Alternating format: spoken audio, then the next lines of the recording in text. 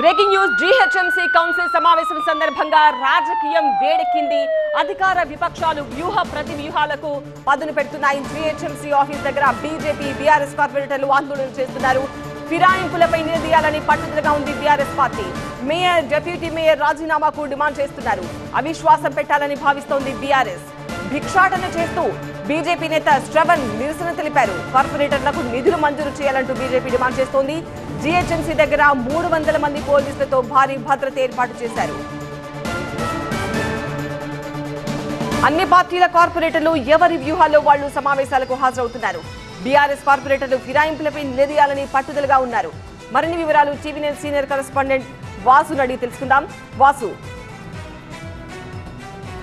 Hyderabad GHMC budget సమావేశాలకు హాట్గా సాగే అవకాశం కనిపిస్తోంది. ఈ రోజు ఈ సమావేశాలు జరుగుతూ ఉన్నాయి. అలాగే ఈ సమావేశాలకు సంబంధించి బీఆర్ఎస్ కార్పొరేటర్లు అందరూ కూడా ఇక్కడికి వచ్చి చేరుకుంటున్న పరిస్థితి నెలకొంది. వాళ్ళందరూ కూడా కొద్ది మేర నిరసన వ్యక్తం చేస్తున్నారు. మనతో మాట్లాడేందుకు కార్పొరేటర్ ఉన్నారు. సార్, చెప్పండి, ఏంటి అలా ప్రధానంగా మీరు ఏ డిమాండ్లు పెట్టదలుచుకున్నారు, ఏం చర్చించబోతున్నారు?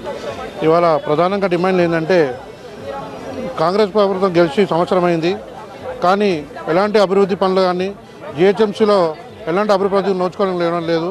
ఇవాళ చూస్తే ఒక స్ట్రీట్ లైట్ కూడా వేయడానికి వీలు లేకుండా పోయింది. మాకు ఒక రోడ్డు కానీ, ఒక డ్రైనేజ్ కానీ, ఒక పైపు 1 ఇయర్ నుంచి ఒక డ్రైనేజ్ పైపు కూడా ఇనాగ్రేషన్ చేయకుండా ఉన్నాం. మేము కార్పొరేట్ చెప్పుకొని కూడా మాకు సిగ్గుచేటు అవుతుంది. ఎందుకంటే గత ప్రభుత్వం బీఆర్ఎస్ ఉన్నప్పుడు అన్ని విధాలుగా సహకరించి ఏది చెప్పినా వర్క్ జరిగేటివి, కానీ ఇవాళ ఏ పని కూడా జరగట్లేదు. అలాగే ప్రజలను మభ్యపెట్టడానికి ఇవాళ ఇందిరామ ఇల్లులను ఇస్తున్నారు.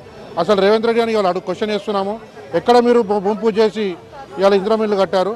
అలాగే మీరు ఎక్కడ ఇలా మీరు ఏమంటారు రేషన్ కార్డులు ఇస్తా అని చెప్పారు, మళ్ళీ పాత రేషన్ కార్డు మన ఇందిరమ్మ పథకంలో ఇస్తామని చెప్పారు, కానీ అవి కూడా ఇవ్వట్లేదు.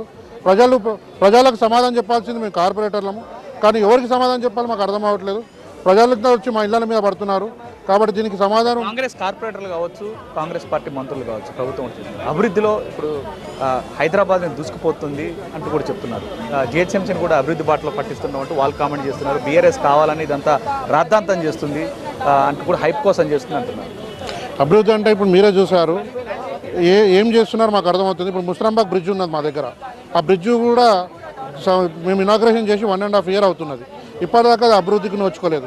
ఒక 1 వే మాకు ప్రజలకు చాలా ఇబ్బంది అవుతున్నది.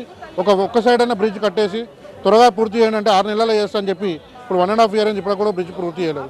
అలాగే మా దగ్గర అంబర్పేట ఫ్లైఓవర్ ఉన్నది, దానివల్ల ఎంతో ఇబ్బంది అవుతున్నది. ఎన్నో పండుగలు వెళ్ళిపోయాయి, ఆ పండుగలలో రోడ్స్ గుంతలన్నీ అలాగే ఉన్నాయి. కనీసం ఆ గుంతలు చూసినా ఏం అభివృద్ధి చేసిరో ఆ మినిస్టర్లు కానీ, మా దగ్గర హనుమంతరావు ఉంటాడు ఆయన కానీ ఎవరైనా వచ్చి చూస్తే అక్కడనే కూర్చొని మాట్లాడదాం, ఏం అభివృద్ధి ఆడే తెలుస్తుంది. మనతో మాట్లాడేందుకు మహిళా కార్పొరేటర్లు ఉన్నారు. మేడం, చెప్పండి, ఏంటి ఈరోజు మీరు వెళ్తున్నారు, ఇందాక నుంచి మీరు నిరసన వ్యక్తం చేస్తున్నారు, మాకు నిధులు కేటాయించట్లేదు, జరగాల్సిన అభివృద్ధి హైదరాబాద్ పరిధిలో జరగట్లేదు అంటున్నారు, ఏం చెప్తారు? ఏ విధమైన ఇప్పుడు చూసుకున్నట్టే 1 ఇయర్ అయింది కాంగ్రెస్ ప్రభుత్వం వచ్చిన తర్వాత, ఎట్లాంటి డెవలప్మెంట్స్ కానివ్వండి, ఎట్లాంటి మనకు ఇచ్చిన ఫండ్స్ కూడా లేవు. మేము జెడ్సీ దగ్గరికి ఒక విధంగా ఒక 4-5 పేపర్స్ ఎన్ని ఫండ్స్ రిలీజ్ చేయమని పోతే కూడా ఇంతవరకు ఒక ఫండ్ రిలీజ్ కాలేదు. ఒక కార్పొరేటర్కు నిధులు లేవు. మీరు తెలంగాణ ప్రభుత్వం ఏమి ఇచ్చింది, ఇప్పుడు కాంగ్రెస్ ప్రభుత్వం వచ్చి ఏం నిధులు ఇచ్చిందో ఒకసారి చెప్పాల్సిన అవసరం ఉంది.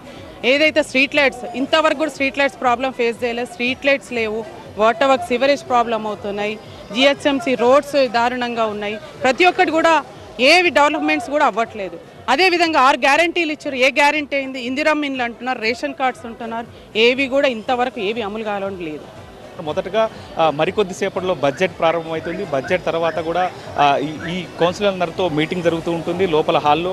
అలాంటి చోట ఎట్లాంటి గొడవ జరిగినా సరే వెంటనే వాళ్ళందరినీ బయటికి తీసుకొచ్చేందుకు మార్షల్స్ని ఏర్పాటు చేశారు. దాంతోపాటు మధ్యాహ్నం తర్వాత క్వశ్చన్ అవర్ ఉంటుంది. ఆ క్వశ్చన్ అవర్లో ఏ విధమైన ఇప్పుడు బడ్జెట్కి సంబంధించి కావచ్చు, లేదా హైదరాబాద్ అభివృద్ధికి సంబంధించిన విషయంలో అక్కడ అందరి అభిప్రాయాలు కూడా తీసుకునే పరిస్థితి కనిపిస్తుంది. మొత్తంగా అయితే జీహెచ్ఎంసీ దగ్గర హాట్గా ఉంది పరిస్థితి. పోలీసుల పహారాలో జీహెచ్ఎంసీ ఉంది. Over to studio.